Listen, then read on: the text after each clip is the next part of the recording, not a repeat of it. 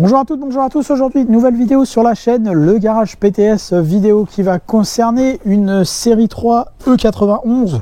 On a déjà montré il y a E90 il y a quelques mois maintenant dans sa version 318, 318 essence, donc c'était une E90 phase 1. Là c'est une version E91, donc c'est une version break, hein, vous pouvez le voir ici. C'est également une 318 injection, comme écrit sur le coffre. Celle-ci dispose du moteur N43, l'autre disposait du moteur N46. Donc on va pouvoir faire un petit comparo en termes d'agrément de conduite et performance entre les deux versions, et également pouvoir évoquer pour la première fois sur la chaîne la série 3 E90 LCI, donc LCI pour version restylée, donc phase 2. Celle-ci est de 2009 et l'autre, la dernière fois, était de 2007. Donc il y a un certain nombre d'évolutions entre les deux voitures. Tout d'abord, la série 3 E90 ou E91 ou E92 ou E93 en fonction des carrosseries proposées. Donc E90 pour la berline traditionnelle à coffre, E91 pour ses versions break, 92 pour coupé, 93 pour cabriolet. Donc ces séries 3 de la génération E90, hein, on va faire plus simple, on va l'appeler comme ça, est sortie donc en 2005 en remplacement de la série 3 E46 qui elle aussi avait différentes carrosseries. Les mêmes d'ailleurs que cette E90, simplement la E46 rajoutait en plus la version compacte. BMW a préféré, plutôt que de faire une série 3 compacte qui pouvait être qualifiée de sous-série 3 par certains, ont remplacé par la série 1 E87, donc première du nom. J'espère qu'on évoquera incessamment sous peu le sujet sur la chaîne. Donc cette série 3 E90 est sortie en 2005, a eu sa carrière jusqu'en 2011, et à partir de 2008 est sorti donc ces versions LCI. Les versions donc LCI avaient droit à un certain nombre de modifications esthétiques, à commencer par ce capot bien plus nervuré, bien plus travaillé que sur l'ancienne série. Les feux avant étaient très légèrement redessinés dans leur dessin intérieur, pare-choc également très légèrement différent, la calandre également, la face avant est beaucoup plus harmonieuse et beaucoup plus agressive, je trouve, moi, sur les versions LCI que sur les premières générations. Là, celle-ci dispose de jantes en 17 pouces BMW. Mais on pouvait avoir, comme très souvent chez eux, un panel de jantes possible entre le 16 et le 19 pouces. Il y a tellement de modèles différents qu'on va pas s'y attarder. Et sur les versions donc LCI, on a droit, que ce soit sur les versions break ou sur les versions berline traditionnelles, à des feux tout rouges, différents des versions break qui elles avaient des feux de manière générale tricolores. Là, on a des feux quasiment tout rouges avec juste la partie blanche pour les feux de recul. Donc on a une ligne, je trouve, de manière générale, qui a beaucoup progressé. Autant la E90 phase 1, j'étais pas particulièrement fan de son style, et le style était assez tortueux. Là, la E90 a quand même, en phase 2 en LCI, a quand même beaucoup corrigé le tir de cette voiture. Je trouve que c'est beaucoup plus harmonieux. C'est pas évidemment ma BMW préférée, mais malgré tout, elle a bien corrigé le tir. Celle-ci que je propose à la vidéo actuellement, puis à la vente accessoirement, c'est une voiture qui en plus a plutôt une belle configuration, parce que le Monaco Blau qui équipe cette voiture est plutôt sympathique, et associé à un intérieur marron qu'on va voir dans quelques minutes, et le toit ouvrant double position. Voilà, donc on va voir ça dans quelques instants. Après, donc cette série 3 donc a été restylée en 2008 avec les éléments nouveaux, mais également ils ont introduit une nouvelle génération de moteurs, puisque la E90 phase 1 reprenait essentiellement des moteurs, on va dire, pour être assez grossier, dans l'ensemble c'était des moteurs de E46 très légèrement évolués sur LCI, ont des nouveaux moteurs avec une technologie bien plus avancée, et donc on verra dans quelques temps, et vous verrez aussi un peu plus tard, là vous verrez dans quelques minutes ce que je pense de l'agrément de cette mécanique, et dans quelques semaines voire quelques mois on aura la vie fiabilité qui paraîtra sur la chaîne. Je n'ai pas encore décidé de la date, mais en tout cas on fera la vie fiabilité de ce N43 vis-à-vis du N46 qui l'a remplacé. À l'intérieur de cette E90, donc de cette E91 pardon, pack luxe, puisque là on a une version pack luxe avec le cuir qui recouvre les panneaux de porte, les boiseries, etc. Donc c'est une finition qui est plutôt haut de gamme hein, pour cette génération de série 3. Ça donne une idée d'ensemble sur cette voiture. Donc cette série 3 E91 LCI donc a eu un tableau de bord donc qui était équivalent à la première génération de série 3 E90. Donc le dessin est sensiblement le même, enfin c'est même le même hein. En termes de dessin, c'est assez identique. Ils ont par contre sur ces versions restylées augmenté la qualité des matériaux et des ajustements qui étaient indigne pour moi d'une BMW. On était assez faible de ce côté-là. Il y a un certain nombre de progrès sur ces voitures qui la rendent un peu plus agréable. Il y a également un progrès au niveau de l'utilisation. Alors c'est pas fabuleux, hein, ça reste assez compliqué pour celui qui n'a pas l'habitude. C'est pas le meilleur système du genre, le système de navigation complet, donc qui se pilote ici hein, avec le système e-drive. Donc là on va mettre le contact. Donc là, on a le petit écran GPS. Donc il y a deux niveaux de GPS sur ces BMW. Là, on a alors c'est le bip là, c'est la clé là parce que j'ai les portes ouvertes. Ouais, ça me met contact mis ici. Donc là, on a le petit GPS et on peut avoir la navigation professionnelle 16/9 avec un écran beaucoup plus complet. Et donc avec ce système de pilotage par souris, quoi, grosso modo, on peut piloter différents menus. Donc on a le rappel ici, hein, climatisation, audio, navigation, etc.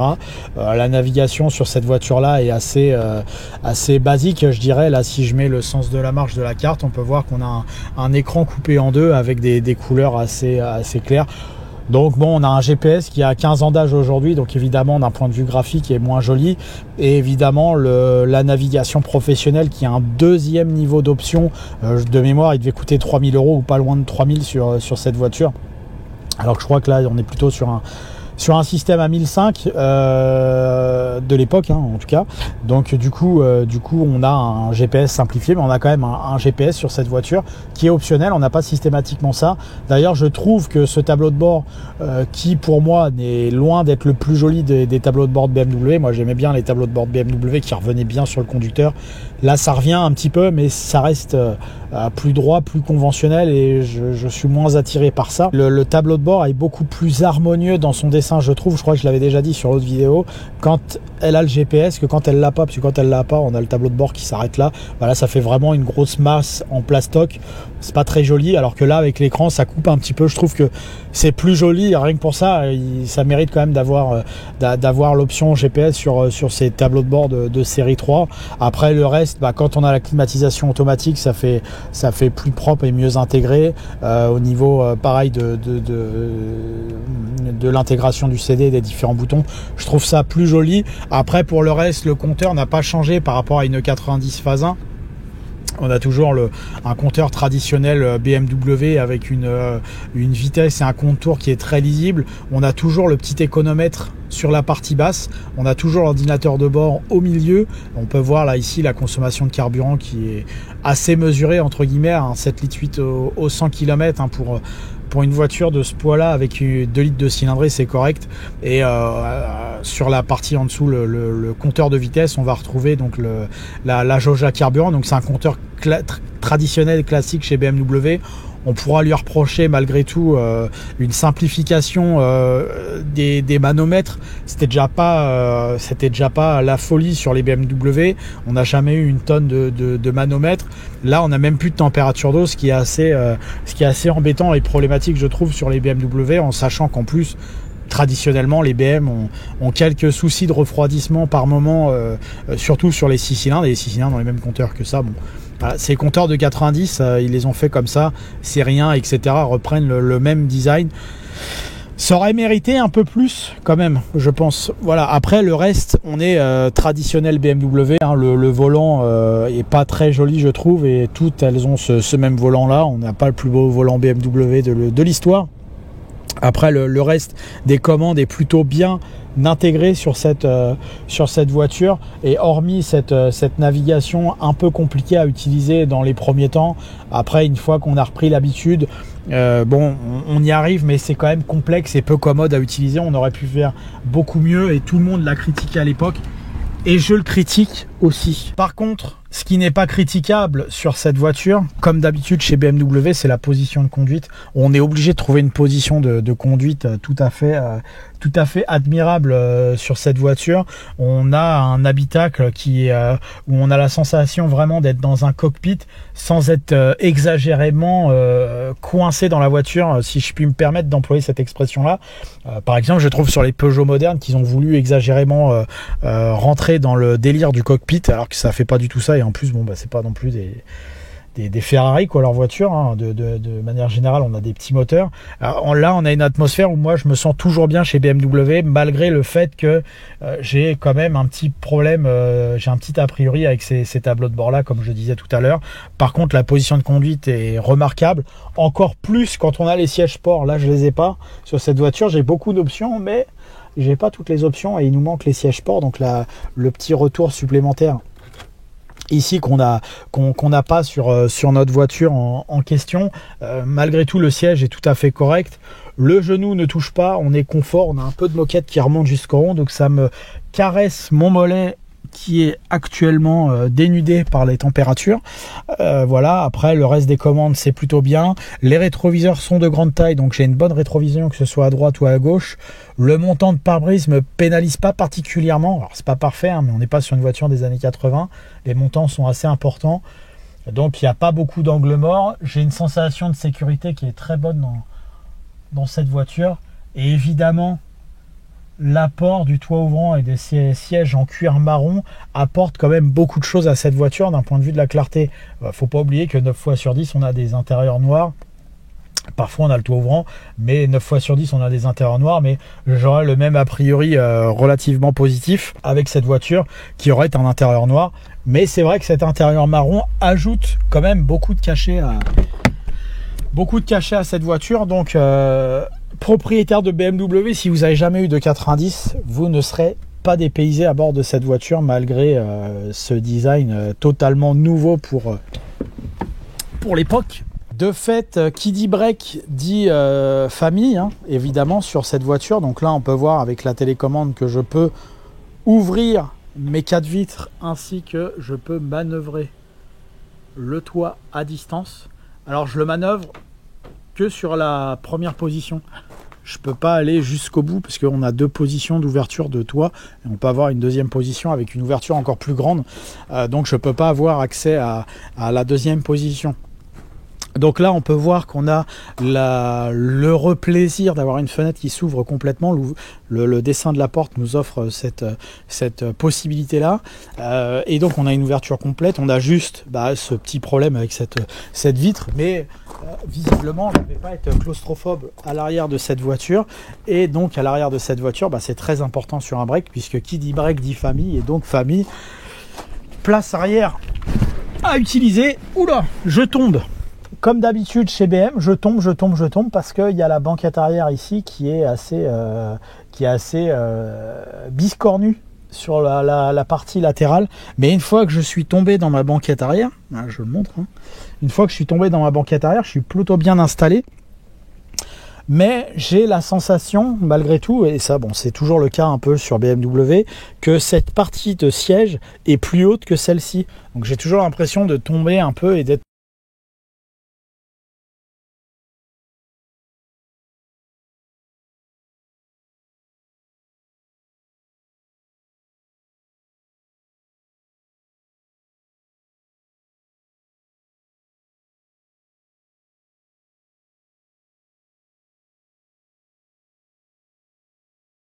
des sièges aussi durs. Il faut savoir que les sièges et les banquettes arrière de 90 sont très très durs. Dans ces versions break, on a la chance d'avoir le système de ventilation ou climatisation à l'arrière. On est également très riche en prise allume-cigare, donc pour pouvoir recharger certains appareils électroniques, on est riche de ce côté-là. On est riche par les aumônières, par contre on est pauvre en cendrier. Ça n'existe plus cette génération des voitures à cendrier. Et quand on est à l'arrière, on bénéficie également donc cette belle vision supérieure. On a beaucoup de lumière sur cette voiture. Donc l'environnement est plutôt agréable. Mes pieds glissent sous le siège conducteur sans difficulté. Pour 4 personnes, on voyage très correctement dans cette voiture. À 5, ce sera d'autant plus galère avec le tunnel de transmission obligatoire sur les BMW. Mais franchement, à 4, c'est absolument correct. Moi, gabarit, on va dire classique dans cette voiture-là, j'ai pas de problème. On peut voyager à 4 sans aucun problème. Et là, le siège passager est reculé à fond. Et quand il est reculé à fond, on a encore un peu de place, pas grand-chose. Et j'ai aussi le plaisir et le loisir d'avoir pas mal d'auteur sous plafond, ce qui ne gâche rien à mon plaisir. Qui dit break dit j'ai besoin de charger. Donc cette E90 nous propose en option cette lunette arrière séparée. Donc on peut accéder comme ça au coffre de manière sympathique, tout en ayant peu de place éventuellement sur la partie arrière, ou sans la lourdeur Toujours une tablette souple sur ces séries 3 break, tablette souple, éventuellement filet pour le chien. On peut également constater qu'on a des compartiments sur cette voiture, aussi bien à gauche, là il y a le manuel d'utilisation, aussi bien à droite avec le petit filet, aussi bien en dessous avec le kit anti-crevaison et les quelques outils BMW de ces voitures là. Pas grand chose à signaler de ce côté là. On a un chargement qui semble plutôt correct et qui me paraît assez important pour un break BMW série 3. Moi j'ai souvenir d'il y a quelques années de ma E36, ma 323i, et j'avais pas l'impression d'avoir un coffre plus grand que ça. Alors, il est pas exceptionnel, on n'achète pas les breaks BMW pour leur coffre, mais bon, ça me semble correct là comme ça visuellement en termes de coffre. Vis-à-vis par exemple d'une 407 break, ça me paraît un peu plus grand visuellement. Peut-être mes souvenirs sont un peu faussés. Par rapport à une 406 break, c'est carrément plus petit, clairement. Même une Laguna 2 break et tout, c'est beaucoup plus petit, mais ça aurait pu être bien pire sur cette série 3. Je trouve pas ça dramatique. En tout cas, on peut mettre quelques petits objets sans problème. Alors d'un point de vue des mesures, on va retrouver en longueur de coffre 83 cm tout rond. Au plus petit, on va trouver 82 cm, mais là sur les parties extérieures, on peut récupérer facilement 15-20 cm tranquillement sur cette voiture. En largeur au coude, nous allons avoir une valeur de 135 et une longueur aux jambes de 56 cm.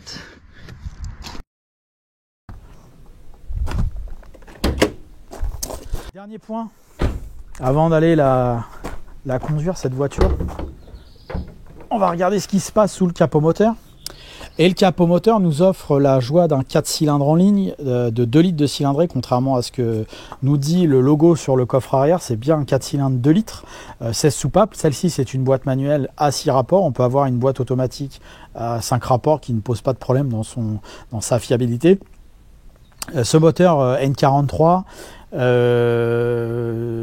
il est d'architecture classique, simplement comme c'est un moteur moderne, il a certains artifices de moteur moderne, repris des diesels, donc injection directe, capteur NOx en plus de la sonde lambda. Évidemment, c'est une chaîne de distribution et certains avantages, on va dire, liés à la modernité, ou certains inconvénients, ça dépend comment on se place. En tout cas, les précédentes E46, précédentes E90 avec le moteur N46, je vais y arriver, de 2 litres de cylindrée, développait 129 chevaux. Celle-ci développe 143 chevaux. Et donc, on va aller l'essayer sur la route pour voir son agrément de conduite, s'il est digne d'une BMW.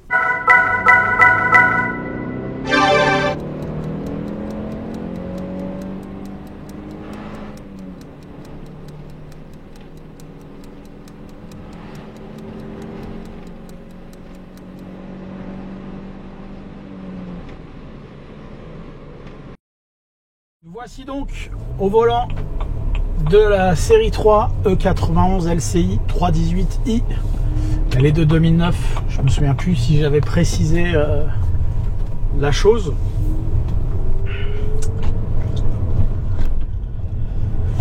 Donc la première approche qu'on a, moi personnellement, c'est que au démarrage, j'ai une petite déception parce que je trouve le bruit pas très joli, pas très travaillé pour un moteur BMW, même si c'est un 4 cylindres. Mais ça, c'est à cause du fait que ce soit une injection directe. Je trouve qu'on entend le bruit de l'injection et c'est pas à fond tout ça. C'est comme ça, c'est pas très joli comme bruit. On aurait préféré avoir un moteur plus qualitatif de ce côté-là. Malheureusement, ce n'est pas le cas et du coup, il y a un bruit qui est assez décevant quand on démarre la voiture, je trouve, qu'on n'entend plus du tout. Par contre, quand on roule, il fait preuve là, en tout cas sur ses premiers mètres, d'une certaine souplesse, d'une certaine élasticité. Pour un déplacement comme ça en ville. Et le niveau sonore, une fois qu'on a passé le cap du démarrage, et comme ici avec des vitres fermées et la climatisation mise au minimum, on a une voiture qui est quasiment très silencieuse, où on n'entend quasiment rien. En tout cas là, l'environnement extérieur, on n'entend pas les autres voitures, et la mécanique se fait malgré tout assez discrète dans son fonctionnement. Une fois qu'on a passé ce cap, admettons quand on démarre la voiture avec la fenêtre ouverte ou avec la porte ouverte, le bruit est pas très agréable de l'extérieur au ralenti. Voilà, c'est un point, mais c'est un bruit en fait qui est quelconque et qui ressemble à toutes les voitures modernes à injection directe. C'est pas très joli. En tout cas, il n'y a pas eu d'effort fait de ce côté-là. Par contre, là, une fois qu'on est en utilisation purement urbaine, là on découvre un moteur qui est très élastique. Là, pour prendre mes dodanes, je suis en 3e, je suis à 25 km/h et la voiture n'émet aucun broutement, aucune sensation de galérer. On a presque affaire à une mécanique diesel. Puisque voilà, ça, sans avoir besoin de jouer avec l'embrayage ou le levier de vitesse pour rétrograder à 20 à l'heure, je peux évoluer en 3e et quasiment même à l'arrêt en 2e, alors que la boîte de vitesse également semble extrêmement longue pour privilégier l'économie de carburant. Mais ce qui risque malgré tout malheureusement de pénaliser sévèrement les performances. Le maniement de la boîte par contre est toujours aussi précis et efficace comme toujours chez BMW. Là vous ne serez pas particulièrement choqué de ce côté là. On a la continuité BM, donc ça c'est bien.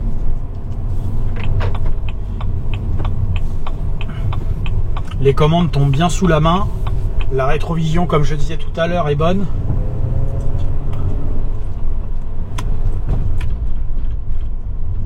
Et la suspension est...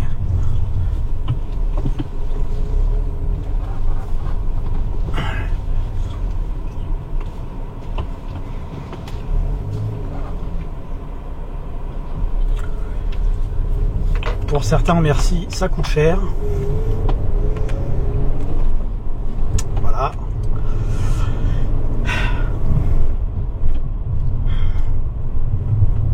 La suspension filtre assez bien les inégalités. Là, d'un revêtement imparfait comme ici. Donc c'est bien. Donc voilà, là, les premières approches, c'est vraiment le... Qu'est-ce qu'il nous fait le monsieur là? C'est un moteur qui est très élastique. C'est assez marquant, hein, vraiment. Et tout ça sans turbo, alors juste avec de la cylindrée. Et tout ça sans turbo. Et en général, les moteurs élastiques comme ça, ils ont plus de mal à être assez performants à haut régime.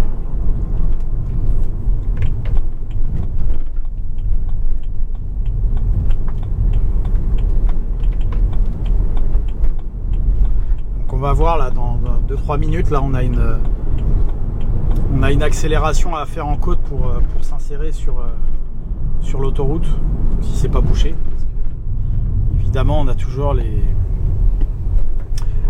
les potentielles surprises franciliennes. En attendant, il y a un point à aborder d'un point de vue de la fiabilité, dont je me posais la question par moi-même. Et je suis assez partagé en fait sur ces mécaniques-là, parce que bon, l'autoroute est bouchée. Hein, là sur la caméra, je pense que ça se voit pas, mais on ne pourra pas accéder à l'autoroute malgré qu'il ne soit que midi 08. Chez nous, c'est déjà à l'arrêt ou quasiment à l'arrêt. 35 bornes de Paris, c'est magique. Quant à la fiabilité de ces mécaniques-là, je suis assez partagé, parce que le problème, c'est que on est obligé, pour différentes raisons, hein, que ce soit écologique, politique ou autre, d'avoir une modernisation des mécaniques, hein, qui s'enclenche depuis maintenant 30 ans finalement, où à chaque fois on passe des caps, et ces caps-là qui sont passés à chaque fois augmentent la complexité de la complexité de la voiture, et du coup la sensibilité mécanique, et du coup le coût de fonctionnement de la voiture, puisqu'on va récupérer sur certains points et en perdre sur d'autres, et globalement la balance est négative en général d'un point de vue financier en termes de coût d'utilisation quotidien. Voilà. Du coup, je sais pas quoi en penser de ces moteurs-là, puisque comme on est sur des moteurs qui sont très modernes, on a entre autres, ce que je disais tout à l'heure, l'injection directe, qui est comme sur les moteurs diesel en fait, puisque finalement petit à petit les technologies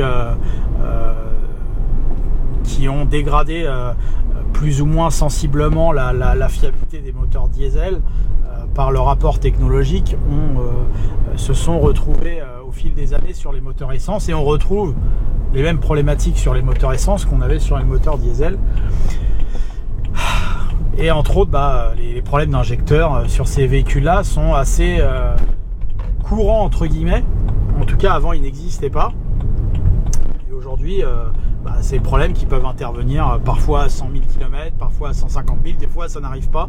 Mais bon, en tout cas, il y a un pourcentage possible de problématiques électroniques sur ces voitures qui n'existaient pas avant, d'un point de vue des injecteurs, mais également de certaines sondes qui apparaissent avec les années, les capteurs NOx, entre autres, les sondes lambda, etc. L'évolution avec les voitures. Et donc, on peut se poser la question presque philosophique, est-ce qu'il faut absolument partir sur une modernisation ou pas? Et en fait, c'est tout à chacun. Mais en tout cas, d'un point de vue fiabilité, finalement, pour l'entrée réelle sur de la grosse modernité, ça reste fiable. Parce qu'il y a tellement pire en fait qu'aujourd'hui, avoir 1 500 € à changer chez le constructeur pour 4 injecteurs à 150 000 km, c'est pas grand chose. Voilà. Mais alors, est-ce qu'il faut aller sur une mécanique et persévérer sur une mécanique à l'ancienne? Moi, c'est mon choix. Je reste sur des choses comme ça, mais on va dire c'est mon travail, et je suis un amateur, on va dire, de ce genre de choses, un spécialiste même peut-être. Mais le lambda, est-ce qu'il doit rester avec sa vieille auto, ou alors s'il a besoin de modernité, jusqu'à où il va? Et là, je ne sais pas. On va essayer de voir, un peu profiter de la côte. Donc effectivement, je reviens sur ce que je disais tout à l'heure. Le moteur fait pas très sportif, hein. Je n'ai pas l'impression qu'il ait beaucoup plus de puissance. J'ai pas encore mesuré moi les performances par rapport aux 129 chevaux à la 318 N46 qui avait donc l'ancien moteur. Je suis pas sûr que ce soit plus performant. Et si c'est pas plus performant, c'est surtout à cause de à mon avis, surtout à cause de la boîte de vitesse. Elle me paraît hyper longue cette boîte. Là à 90, je suis à 1800 tours minutes en 6e, ce qui est très très bas. Hein. On a l'avantage d'avoir un silence de fonctionnement totalement admirable, perturbé par mon fouillis dans le coffre. Mais sinon, là, il n'y a aucun bruit de vent. Je suis à 90. C'est tout à fait tranquille. Ça se conduit très très bien. Donc voilà, pour en revenir à ça, pour en revenir à ma fiabilité, je crois qu'on est obligé d'y passer. Enfin, 99% d'entre nous en tout cas. Et parmi ça, je crois que ça reste malgré tout parmi ce qu'il y a de plus fiable et de moins pire. En tout cas, si on doit aller sur le moins pire, c'est partie de ce qu'il y a de moins pire, malheureusement. Donc, ça reste fiable pour du moderne. Donc finalement, on a un ensemble qui est plutôt homogène, pas du tout sportif. Par contre, le moteur est très élastique, donc agréable, mais il fait presque un peu palo, malgré ses quasiment 150 chevaux. Donc si vous achetez ça pour avoir une voiture assez qualitative et parce que en tout cas pour celle-ci, la configuration est plutôt sympa, j'ai envie de dire pourquoi pas. Si vous l'achetez parce que vous êtes amateur de BMW 6 cylindres ancienne, qui plus est, vous aurez toujours un petit arrière-goût de vous dire mais pourquoi, un peu comme moi en fait. Il y a des choses assez bizarre, enfin pas bizarre, mais où on a un peu de où on peut se dire c'était mieux avant, qualité de fabrication, le bruit moteur au démarrage, sans aucune comparaison avec ma E46 6 cylindres. Voilà. Maintenant, ça reste une excellente auto dans la partie générale. À tout faire, entre acheter ça ou une 508 THP de 2009-2010, c'est tout vu. Vaut mieux celle-là, une 508 THP. Je préfère 100 fois cette voiture à une Passat de 2009-2010 avec un moteur TSI. Clairement, c'est carrément mieux, aussi bien d'un point de vue de fiabilité que de la voiture de manière générale, parce qu'elle garde quand même un certain nombre d'attraits et de caractères BMW, mais malgré tout assez dilué dans cette modernité. Donc peut-être philosophiquement, il faut savoir se demander, doit-on absolument est-ce que le mieux est l'ennemi du bien? Voilà, je crois qu'on peut finir sur cette phrase-là. Est-ce que le mieux est l'ennemi du bien? Voilà, vous avez 2 heures pour essayer de répondre sous les commentaires. Voilà, merci à vous d'avoir suivi cette nouvelle vidéo sur la chaîne Le Garage PTS. Merci encore pour votre fidélité. N'hésitez pas à vous abonner, à aimer, à commenter Le Garage PTS sur Facebook, YouTube et Instagram. Merci à vous, à bientôt.